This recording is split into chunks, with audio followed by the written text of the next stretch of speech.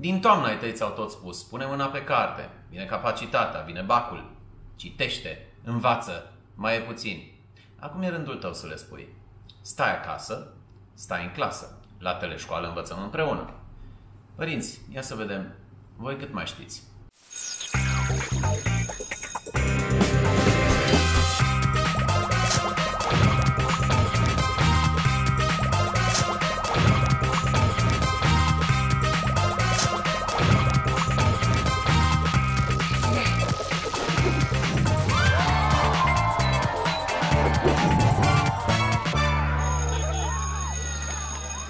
Hello, guys! Urmează acum ora de engleză. Altfel spus, limba lui Shakespeare, marele dramaturg care a dat lumii personaje celebre precum Romeo, Julieta, Otelo, Desdemona și multe altele. Până să-l citim în original, începem ușor cu o încălzire. Respirăm adânc și spunem Welcome back to school. The class is starting. English, speaking and writing. Good luck! Hello and welcome for the English class. My name is Ileana Leca and I teach English in George Coșbuc Bilingual National College. And this is our second English class. If you remember, during the first class, we've gone over the tips for some of the reading paper, and it was part 1 only, as well as bit of writing, and I've anticipated the fact that in the writing paper there are 2 parts. The first part means that you need to write an informal email or letter to a friend or a person you know well, whereas the second part, which is the more challenging one, implies writing an essay. So that's why during the first class we've focused on writing essays. And although there are 2 possible types of essays, opinion as well as for and against essays, we've focused on opinion essays. Of course, there was a model that we looked over and we discussed how you express your opinion, how you bring arguments, how you fully develop your arguments. So just time for recap. I'd like you to remember that from the very beginning you need to adopt a standpoint and bring clarifications, justifications to support the arguments you bring to support your opinion. You may as well go through the opposite argument, so the counter argument, but that's not necessarily what you need to do. And then you draw your conclusion, summarizing once again your opinion. Why have I mentioned this? Well, because today I'd like us to focus a bit more on speaking, and it's well connected to what I've been saying earlier. In the speaking paper, you have 3 questions to answer. And the first one is usually a question that's related to your preferences, your likes, your dislikes, your free time activities. And it could be a question, for instance, like, what qualities do you look for in a friend? If you remember during the first class, I've approached each part of the exam within a topic, and that's what I'll do today. So the question I've asked earlier has already anticipated the topic I'm discussing today. What qualities do you look for in a friend? Well, I'll be talking about friends, friendships, relationships. And there will be time for you to prepare your answers, so you needn't worry about, I don't know, being caught unawares, being asked to answer a question that you've never thought of. There will be time for you to answer this question. And although the question may seem quite easy, you will need to prepare a fully developed answer. This might be a bit tricky, but remember, there are things you can do to make sure that you fully develop your answer. And what I'm suggesting today is to come up with a sort of recipe. And the recipe will be to go through 3 steps. When you're asked a question, please think of producing 2 or 3 sentences going through 3 important steps. This is the question that we're addressing now. What qualities do you look for in a friend? And the 3 steps that I think you should go through are, first of all, responding the question. How do you respond the question? Well, you think of a quality that you find important in a friend. I've suggested some qualities here. You can briefly scan them to identify one or maybe two or three that you really admire in a friend. And then the next thing would be for you to explain what you mean by that. And also the third step would be to illustrate. Now, to make things a lot easier for you today, I'm going to give an answer in response to this question just to show you how you should go about it. So let's imagine that I'm asked about the qualities I most admire in a friend. And to do that, I will first of all respond. I have time to think about it, so I'm trying to picture one of my friends and I'm trying to brainstorm ideas as to what makes me admire the person. And I'll start with, I know, reliability. And my answer could start like that. The quality that I most admire in a friend is reliability. I know that this is essential in a friend if you are to build a long-lasting relationship. So after having responded, saying which quality I admire in a friend, I've also added one sentence. And what I did in that case was to explain the reason why this is important for me. It is important for me to know that I can depend on a friend. My friend, my best friend, has always been there for me, a real shoulder to cry on. And I'll move on to the next step to illustrate what I think it is important about a friend being reliable. For instance, you can think of a very personal example if that comes to mind, but of course you may use other examples as well. I, for one, will probably say something along the lines of, well, whenever I'm in trouble using the computer because I'm not very good at it, I always turn to my friend for help. Because my friend knows a lot about computers and has the patience to explain things thoroughly for me. So what I've done just now is to identify another feature that I enjoy, another quality that I enjoy in a friend, and that would be patience, right? So, of course, giving the answer to that question meant, first of all, responding, and that was the first task. I identified one feature, and that was reliability. I tried to explain why being reliable is important for me, as well as given an example. And while I was giving an example, I've also touched upon another quality. So the point would be that you may develop your answer even more by having introduced another feature. Just remember the three steps: respond, explain, and illustrate. It'll be quite easy. It's the same three steps that we go through when we express an opinion in an opinion essay. We bring an argument. Let's imagine that the sentence I uttered when I responded the question is actually the topic sentence that you bring in a main body paragraph. And then, by trying to explain and illustrate, I fully developed my answer. Now, let's all take a look at another question. I'd like you to imagine this list of words that I've come up with, things that usually cause arguments in relationships. And by considering such a question, which do you think is the most frequent, of course you need to think of very precise examples.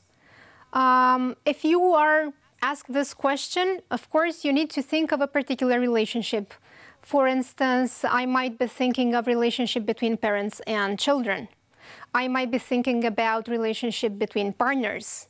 So my advice is that you stick to something very precise, like a type of relationship in particular, before you decide which of those factors are most frequent in arguments. For instance, if I focus on the idea of parents-children relationships, I believe that work has nothing to do with, being one of the causes of an argument, However, money could be it, different interests might be it, and then again, you might come with your own opinions. Now let's move on. What I'd like to show you next is what a sample test looks like. In the exam, as I was saying earlier, there are 3 questions. And up until now, we focused on answering the first question. Do you like zoos? For instance, might be one of them. Of course, you need to say whether you agree or disagree. You may partially agree. And I advise you to use words like, I tend to believe that, I am in favor of the opinion that, and so on. The second question will involve you telling a bit of a story or maybe giving a description of something. In the case of the sample test you see on the screen right now, you need to talk about a trip you took with your family or friends. So you're actually free to choose the kind of story you're about to tell. It should be related to a trip, and you have to choose whether the trip was taken with your friends or family. And the last question implies you giving a fuller answer than the one in question 1. But the same rules apply there. Do you think it's important for children to learn by doing practical activities? Again, you will adopt a standpoint, you will bring arguments and support them. But enough with speaking. I'd like us to move on to something else now. And since we're still talking about relationships, I'd like to show you an email that I once received from a very good friend of mine. His name is Chris, and he's Australian. And he wrote this email to me when he left Romania. He was here for about 6 months, teaching English in different schools in Bucharest. And I was in direct contact with him and helped him through the whole process.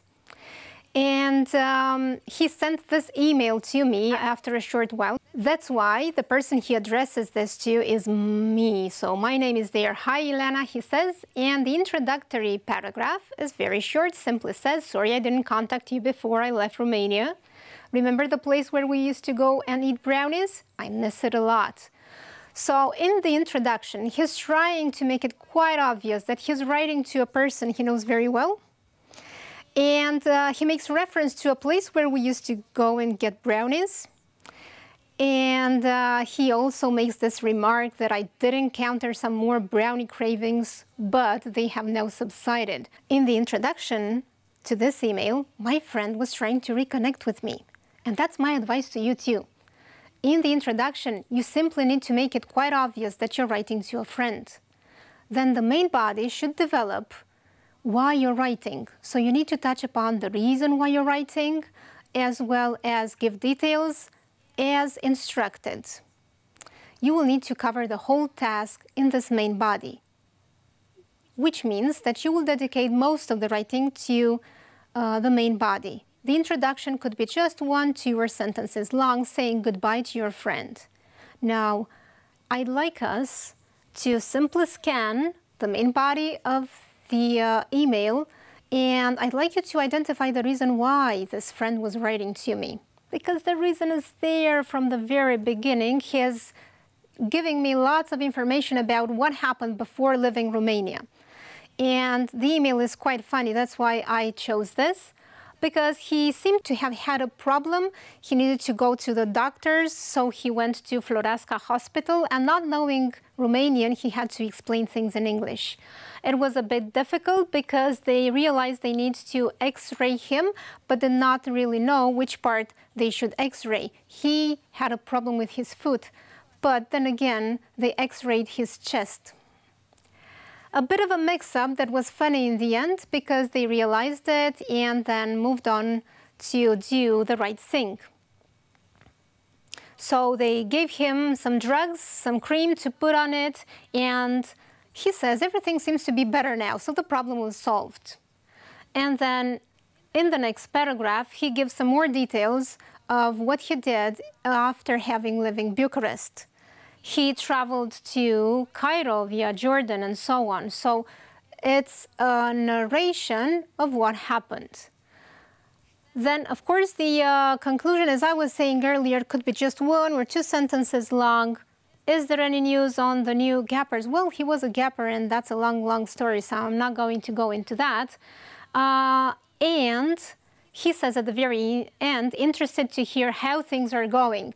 So with these two questions and the sentence at the end, he's inviting me to reply it. So remember this, that's a very good tip. Invite your friend to reply your letter. You can also add phrases like, can't wait to hear from you soon. And the funniest thing comes at the end when he says PS. You can add that to an email. It means after having written the whole thing.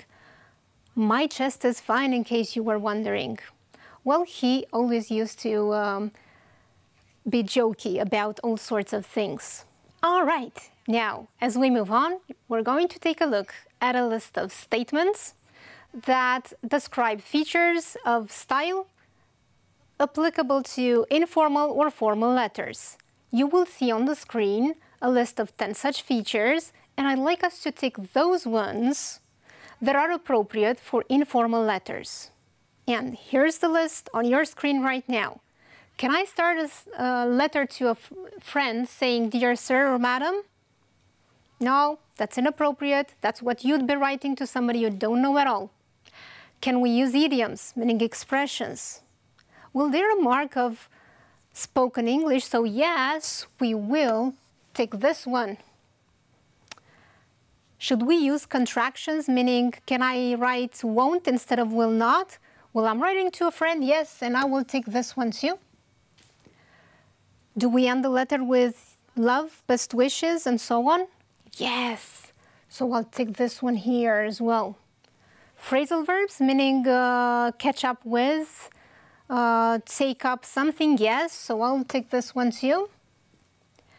Can I end with yours faithfully? No, that's too formal, and we've already mentioned that the best ways to finish such an email would be using best wishes, yours, love, regards, hugs, and so on. Should you use passives and conditional constructions? Well, they're very formal, if you remember, and they're not quite appropriate. Can I omit pronouns? Yes, at the very end I can say, hope to hear from you soon. Can't wait to hear from you soon. So I will take this one too. Do you need to produce complex sentences? Not really. You can write something which is simple and it flows well. You can use everyday language. Yes, that's what you should do. So in a nutshell, here are the features of informal letters that I think you should all apply. And of course, it's your time to write something. There's a task for you requiring to write a letter to your English friend. There will be a bit of reading input as well to give you ideas as to what you need to write about. And remember that the word limit is between 80 and 100 words. In your last letter, you said something about getting a new TV set, your English friend says. Did you buy it? What's it like? I would like to hear about it and about everything else that's been going on since you last wrote. That's the input. This is the task, the one I've been discussing. And I'd like us to identify now the key features before you actually get down to writing. What's the purpose of your letter? Well, you're trying to describe an object, and the object is a TV that you were trying to buy. What will you include in your letter? Let's take the right answers. Do you need to give a description of your new TV set? Maybe, okay. Advice on how to use a new TV set? That's highly unlikely. How you feel about your new acquisition? Yes, of course. This will be most probably included in your conclusion. The advantages of television? Not really. What other information do you need to include in your letter? Well, remember something to make it quite obvious. You're reconnecting to your friends, and then, of course, asking your friend about whatever you feel you should do. And decide what type of letter you're going to write before you actually start writing it, or even planning for it, or even brainstorming ideas for it. Well, it's definitely going to be an informal letter whose purpose is to describe something, your TV set, and also give news. Now that you have all these tips, all you need to do is to consider this plan before you actually start writing. But you have all the tools now, so I'm quite sure that you will produce the best email to a friend. And of course, in the real exam, you'll write the best emails. So thank you for watching me, and see you next time for some more tips. Goodbye!